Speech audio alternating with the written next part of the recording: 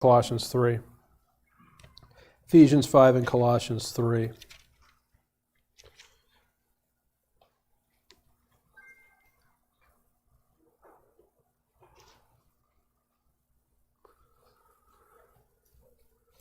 Ephesians 5:18.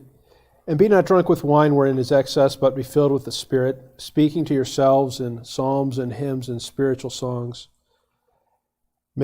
singing and making melody in your heart to the Lord. Get Colossians 3:16. Colossians 3:16.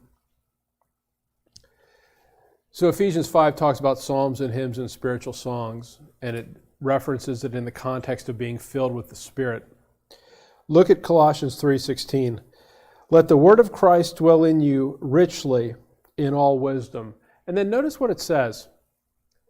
Teaching and admonishing one another in psalms and hymns and spiritual songs, singing with grace in your hearts to the Lord. What Colossians 3:16 tells you is that the function of music is to teach and admonish.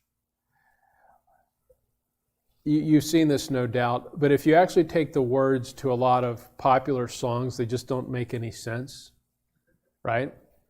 And what happens is the words were chosen because they sound poetic or they rhyme, but there's no actual content to it. And so one of the great tragedies of nearly all human music is that it has a certain pleasing vocal quality, but it's just nonsense. And the vast majority of music is that way. The stuff that we're singing is not that way.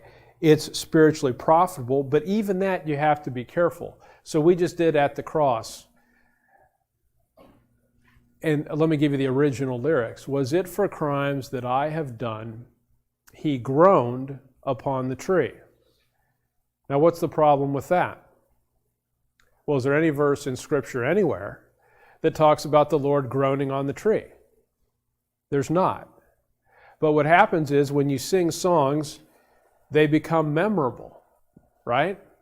So I'm sure, unfortunately, I could sing the songs to you, the lyrics to you for Hotel California.